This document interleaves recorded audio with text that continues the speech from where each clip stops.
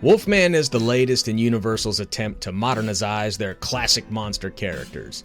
After the failed Dark Universe experiment, they went back to the drawing board and decided to nix the cinematic universe in favor of standalone films, which is probably for the best.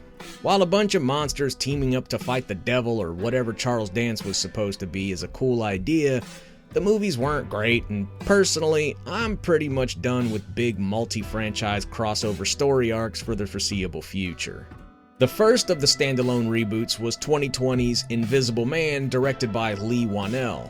That film was both a critical and commercial success and opened the door for future entries in the franchise. Which brings us to this, the second entry, Wolfman, also directed by Whannell.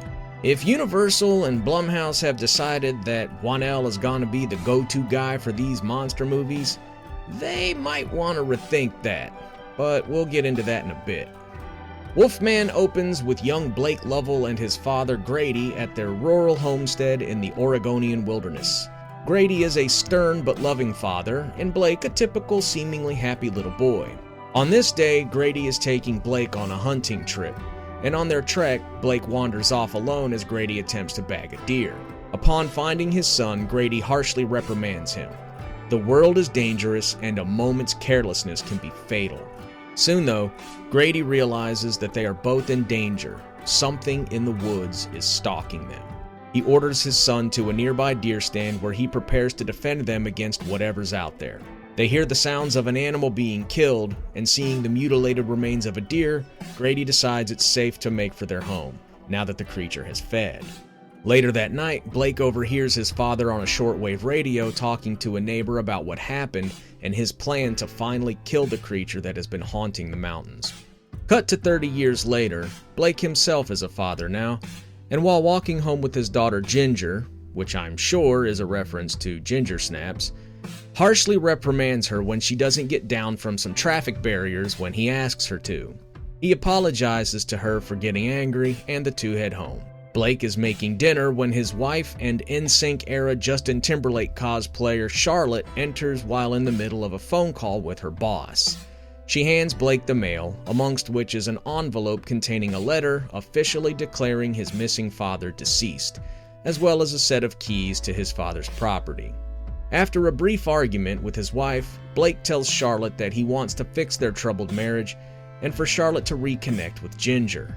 And he feels that the three of them going to Oregon to clean out his father's belongings and get away from the city for a while is just the thing they need. Charlotte agrees, and the three of them head to Blake's old home.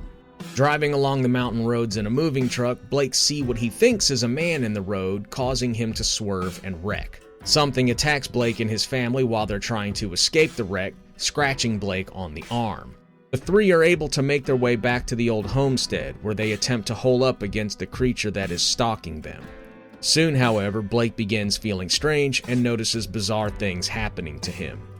Now, Blake, Charlotte, and Ginger are trapped by both the creature outside the house and possibly one within. Let me get this out of the way right now. Wolfman sucks. I don't really know how to structure this review because there are so many things wrong with this movie that I kinda don't know where to start, but let me kick it off with some of the things that I thought were actually okay. The opening with Grady and young Blake is good. It's got some good pacing, some decent acting. You catch a very brief glimpse of the monster, which is probably all you should have ever gotten. More on that later. It's a good setup and portends good things to come, but oh, if only it could have delivered on them. The premise of this movie is also decent and could have been the basis for a good movie. The central theme is breaking the cycle of abuse. Using monsters to address heavy real-world topics like that is actually not a bad idea. The problem is, Blake's dad isn't abusive, so the whole break the cycle of violence thing doesn't apply here. Grady might be a bit rigid with his son, and he might be a little harsh with his reprimands, but he genuinely loves and cares about his son, and he does have a point. The wilderness is dangerous, and if you don't pay attention, it can easily kill you in all kinds of ways. But he never abuses his son physically or otherwise. He's just a strict but loving dad. Blake apologizing to his daughter for barking at her when she disobeyed his orders is just stupid. Kids need to listen to their parents, and when they don't, they do need discipline. How else are they supposed to learn what they should and shouldn't do? As with Grady, Blake never lashes out or beats Ginger. He simply raises his voice at her.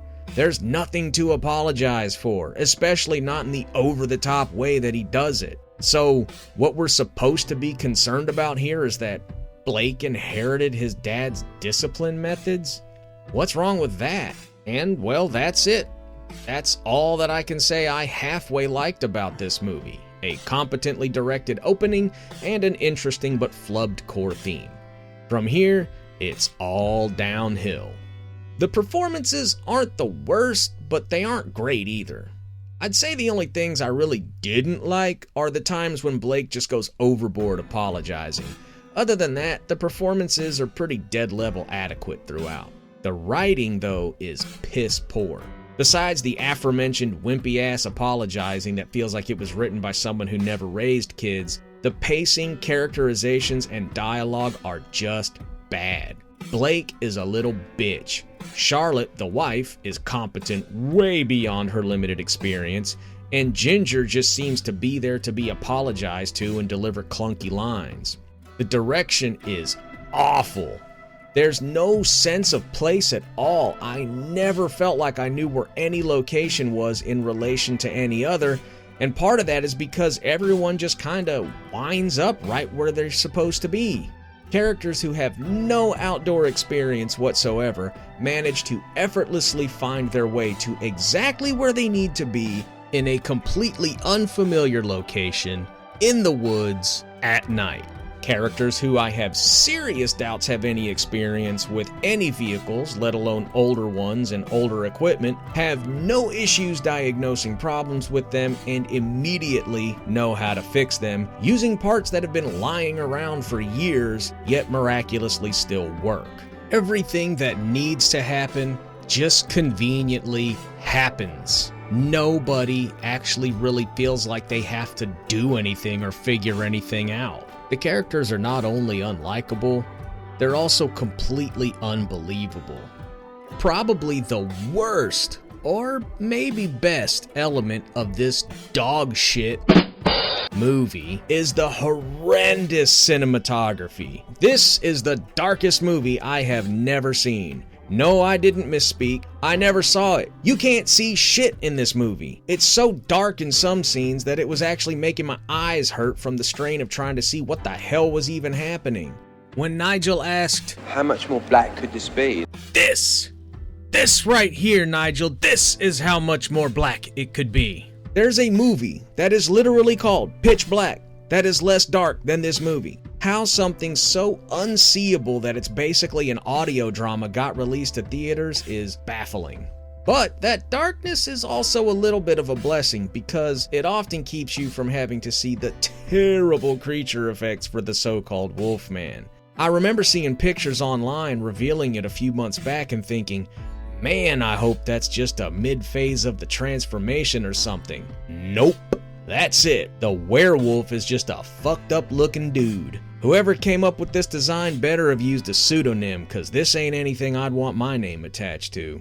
Also, as a side note, why this movie is even called Wolfman is a mystery to me. I never got a werewolf vibe from it. There's no mention of changing under the full moon. I don't even think there's a single shot of the moon in the whole stupid movie. There's no wolfsbane, no silver, none of the classic werewolf tropes are present. The curse is more like a viral disease like rabies, and once someone changes, they're changed forever, never reverting to human form.